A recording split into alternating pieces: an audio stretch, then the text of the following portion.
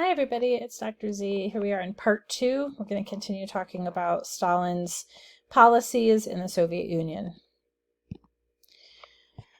So when we talk about collectivization of agriculture, we have to understand that the aim is at increasing agricultural production, right? And that 91% of the land became collectivized. But what that means is a state control, right, over that collectivization of land, right, and that the land being turned over to the hands of the workers, of the farm workers, rather than the kulak class that it had before. And the policy resulted in lots of human and certainly social costs, in having less food, more famine, and less sense of certainty over the future. His 5-year plans overall, though, right, in some ways, I remember taking a graduate class in Soviet history, and the professor talking about how, in some ways, these really were quite an economic miracle. And a big takeaway from this period is that the Soviet Union is rapidly industrializing, right? Whereas Western European countries took the better part of the 19th century to industrialize, right? Russia industrializes very quickly in the early parts of the 20th. And so the plans dealt with factories, machines, everything that was produced as a consumer good, also, of course, agriculture, but also transportation like trains, communication systems, health, education, and general welfare, right? They wanted to turn the illiterate peasant society into an advanced industrial economy, and they wanted to do it in a single decade. For a lot of people, this meant a lot of suffering, a lot of hardship, right? Here we have a quote from a worker. Workers need constant struggle to achieve a communist society. And Stalin would say, without an end to economic backwardness, the advanced countries will crush us. So there definitely was a nationalism behind a lot of this, right? So the collectivization of the farms was part of it. Eliminating that landowning class, the kulaks, was another, right? Resulting in the famine. But when in grad school, we talked about a lot of the successes too, right? That more people had industrial jobs, right? Construction, transportation, grew from 4.26 million to 12.6 million, right? Factory output soared. So there's sort of two ways that historians can look at this, right? The economic results, but also the social costs. The liquidization of the kulaks did not come without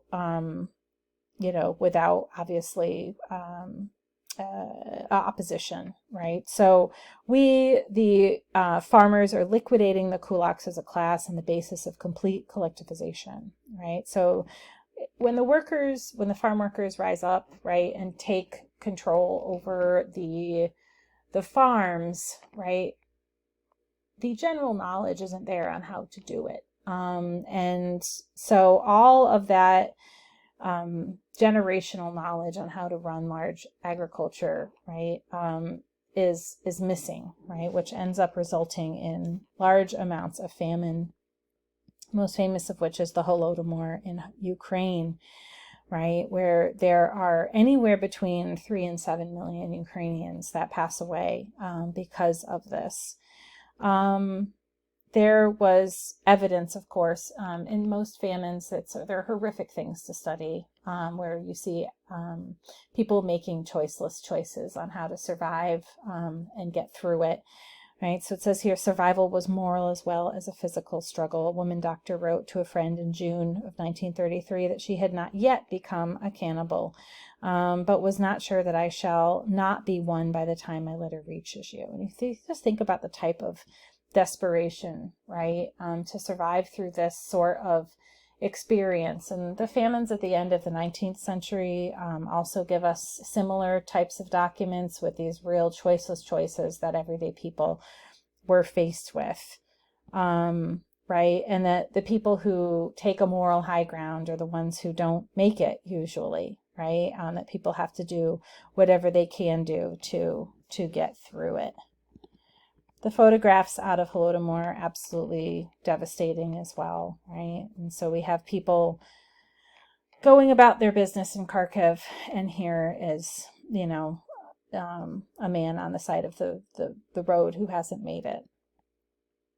There was an international reaction to the Holodomor as well. Here's the cover of the Chicago American, right, that is quantifying the deaths, right, and also, documenting it as well. One of the other long-lasting legacies out of Stalinism was the Gulag. It's an acronym that means the main administration of corrective labor camps and labor settlements. So it's a camp system. I'm going to flash to the next screen and I'll come back to this one, right? So here's a map of the Gulag camps, right, that exist. If you look up maps of, say, the German lager system, which are the concentration camps under the Nazis, right, and then you look at this map of the Soviet camps, you recognize that they tend to be around larger cities, but they're also, in the case of the Soviet Union, spread out well into Siberia as well. So these are forced labor camps where people who were purged would be sent, and the system existed through the 1950s, starting in the 1918, starting under Lenin, right, is when this began, but it's really sort of gets its infamy during Stalin. There are convicts, petty criminals, but also political prisoners, NKVD suspects, right, people who were purged out of the Soviet Union for their lack of support, or their perceived lack of support under Stalinism. And there's a Nobel Prize winning book about this, called the Gulag Archipelago, that you can read if you would like to learn more. Prisoners in these camps, some were more concentration style camps, but also there was a lot of work for the Soviet Union. We have to remember this is part of the Soviet Union's industrialization project. So prisoners at these camps also did work. Here they are. These are road workers doing work, more road workers here. One of the roads was called the Road of Bones, right, because of how difficult it was. And also the Trans-Siberian Railway the Transpolar Railway gets built as a Gulag project in the late 40s and early 50s. Stalinism as well has a mixed, the legacies, of course, we think of those 5-year plans and the mixed ways to think about them, the Gulag system with the terrible ways to think about them. And then we think about Stalinism and women. And there's a mix as well, because the documents tell us different things, right? On one hand, there's more women working, more education for women, including higher education. There's new opportunities for work, but also study and leisure in these growing urban centers in the Soviet Union. And there's an ideological commitment to women's equality, at least on paper and in speeches in the Soviet Union. However, women suffered quite a bit, right, because of the food shortages, the famines, right, the hardship. If you think also, this also brought along with it lack of housing, lack of services. Women were imprisoned during the Great Terror. It wasn't just men, but the men who were imprisoned as part of the Great Purge and sent to the gulags, those were the fathers and husbands of sons of women as well, who had to suffer from those losses. And a lot of the work, while there's more women working, a lot of it was domestic work or nursing work or teaching work, which was lower paying, not quite as prestigious and certainly not as politically influential. And culturally, a lot of men really didn't support the idea of women's equality. So women were still subjected to harassment and discrimination. There's a document in your book by Alexandra Kollontai, who is sort of looked at as a feminist under Stalin, and she gains quite an international reputation in collaboration and in communication with other women in Western Europe. And she is, somebody that's sort of looked at as like an example of like why the Soviet Union was good for women, but not all women. And we have to be careful about making generalizations.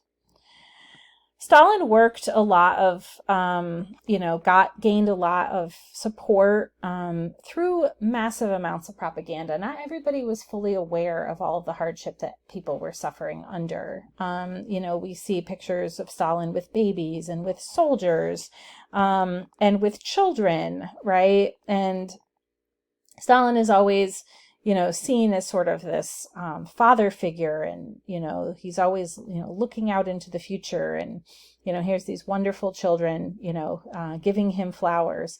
The genre of art that this propaganda falls under is called social realism, and I've left you a link there that you can check out to kind of explain a little bit more of this genre of art, right? So it's not realism from the 19th century, right? But socialist realism, right? So everyday people, but with socialist propaganda underneath it. Okay, that is all for now. When in our next video, we will start to be looking at fascism. Okay, thank you.